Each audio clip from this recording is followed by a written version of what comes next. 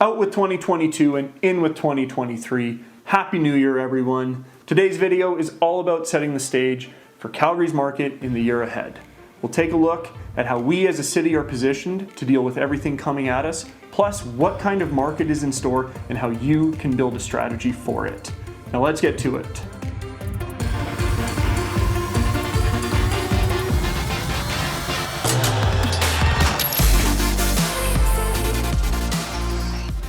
What's going on, everybody? It's Ryan with Century 21 Bamber. Welcome back to the channel if you're returning. And if this is your first time here and you're curious as to what's going on in Calgary, what's going on in real estate right now, well then you're in the right place. This channel is about all things Calgary real estate and giving you the resources you need to build a strategy for success. So if you enjoy this, smash that like button, subscribe, and hit that bell so you don't miss the next one. 2022 was another record year for Calgary, and I think it's one to really take note of, because I don't think anyone really anticipated this year to be so strong. Coming out of 2021, forecasts were strong but conservative. With dooming inflation and interest rate hikes just on the horizon, it seemed there was no way 2022 could match the action we saw in 21. Well, now we're here, and we can definitively say 2022 smashed expectations out of the park, with new records for both sales and volume by a sizable gap, and a market that feels stable when there's markets around the country falling like a house of cards. So normally we would do a deep dive into the stats to try and find some meaning or indication of what's to come. But I tend to look at December as a month of data that really doesn't tell us much.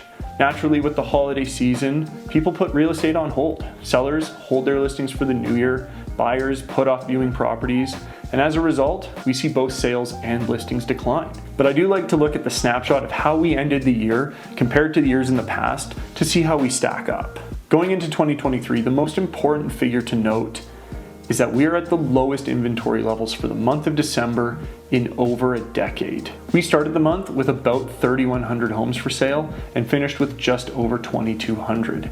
Sales also slowed down. Transactions were down to just 1,200 for the month. But it's the number of new listings that really raises an eyebrow. We had just 1,031 new listings in the past month. Now, if you remember in last month's update, I pointed out how when we see sales cross over new listings, it leads to active sellers markets with strong upward price pressures. And well, that's exactly where we are right now. And we need to keep in mind just how impactful this is. Calgary's market was slow and challenged and lagged behind other major cities for the past decade. So really, we've just been playing catch up for the past 2 years. And that's why when we see new lows for inventory, when we see new listings are at a crawl and sales are actually relatively strong compared to the past decade, just how much momentum there is in our market right now. Because even though we see this slowdown every year, it's not typical to see sales cross over new listings like this. In fact, we've only seen it a handful of times before, 2013, 2020, and 2021. And all of the markets in the following years, we saw price increases, we saw strong activity. Those are really the 3 best years for real estate in Calgary over the past decade. Now this all goes back to supply and demand, because like all markets, real estate works off of the principles of supply and demand at its core. So when we see inventory levels as low as they are, and we have persistent buyer demand in Calgary, all of the ingredients are there to make 2023 another strong year.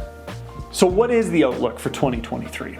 Well, I really wish I had that crystal ball to look into so I could have that guarantee of what's to come. But I don't. So the best we can do is look at how we've handled what we've already faced and how we're positioned to tackle what's ahead. So we've covered how we sit from a very data-driven point. But real estate is about people, not numbers. And it's people looking to call Calgary and Alberta home that just can't be ignored. Alberta saw over 58,000 people move to the province in just the third quarter alone. International net migration was the biggest driver of growth, but Alberta has also attracted the most interprovincial migrants by a wide margin. Nearly 20,000 people moved here from within Canada in just Q3 alone. It's been a big talking point, we've heard all about it, but I don't think we really appreciate how many people are actually moving here. Now, with this big wave of people moving to and calling Alberta home, we are starting to see a shift in the population. Alberta now has the youngest average age in the country, and we have the lowest proportion of people aged 65 and over. And that, along with a very strong energy sector driven by the price of oil, might be why Calgary and Alberta are positioned to deal with a recession unlike anywhere else. We are directly tied to oil and gas, and thankfully oil is doing very well right now. At about $80 a barrel, and projections showing that prices should remain stable, if not grow throughout the year, our economy is primed for stability. Add on top of that a focused effort to diversify Calgary, to add new avenues of profits, it's no wonder so many are wanting to make the move. And with a population that's getting younger, there are more people looking to join the workforce. And business must be booming because we are at a historically high demand for skilled workers. Right now, we sit at nearly a 1-to-1 ratio of job seekers to vacancies, whereas just 5 years ago, that ratio was closer to a 3-to-1. Now, many are pointing to the strength of our workforce and our economic stability to be big-time players in our province's resiliency. So our jobs and affordability have been given a lot of credit for the mass migration here. I honestly almost feel affordability has been given too much credit, and not enough has been given to this city for what it is. Can we say it already? Calgary is incredible. We are just an hour away from one of the greatest landscapes on the planet. Our city is clean and safe. It's diverse and offers avenues for people to pursue the lifestyles they dream of. And one of my favorite things is our fantastic, underrated food scene here. Calgary was recently ranked the most livable city in all of North America. And this report didn't just look at affordability or numbers. It looked at the people that live here, the culture, and the potential that this city has to offer. Now, we do need to address our two favorite topics, inflation and interest rates. So yes, we have seen inflation cool off a little bit, but you're definitely still feeling it. Shelter plays a big role in the consumer price index, and with some markets starting to see significant price drops, we're going to start seeing that being reflected in the index. Now, inflation forecasts do predict that we should see prices slowly coming down and interest rates should level off. We may see another rate increase or two, but we shouldn't see the same kind of rapid increases we saw this past year. And this brings us to how Calgary's housing market has handled rate increases so far. And I think one of the best ways we can do this is by looking at how other cities have responded. So Toronto has seen prices drop by $245,000 or 19% from their highs. Vancouver has seen about $132,000 fall off or 9%. But if you go out into the Fraser Valley area, they've seen nearly $400,000 of value disappear. Ottawa has seen about $136,000 or 18%, and even one of the other shining cities throughout this roller coaster of a year, Montreal, is starting to show some real concerns for big price decreases as demand has diminished.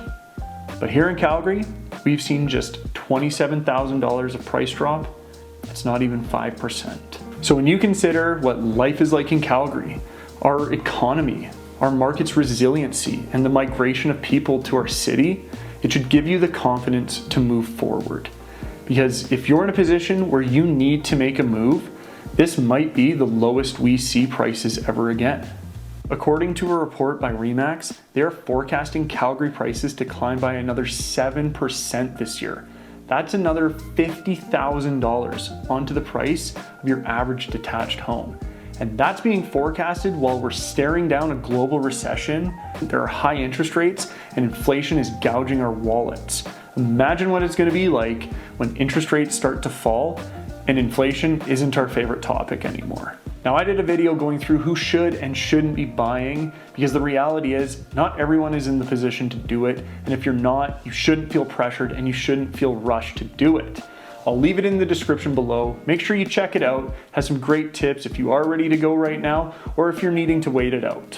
But that's where we're at. And it almost feels wrong that Calgary continues to be this shining destination, but it's the reality we face. Looks like we're in store for another great year. What are your thoughts? Throw them in the comments below. I'd love to hear them. And if you're in the position where you're starting to think about making your next move to capitalize on this opportunity, well, please give me a call. I'd love to help build your strategy for success. Until next time, we're out.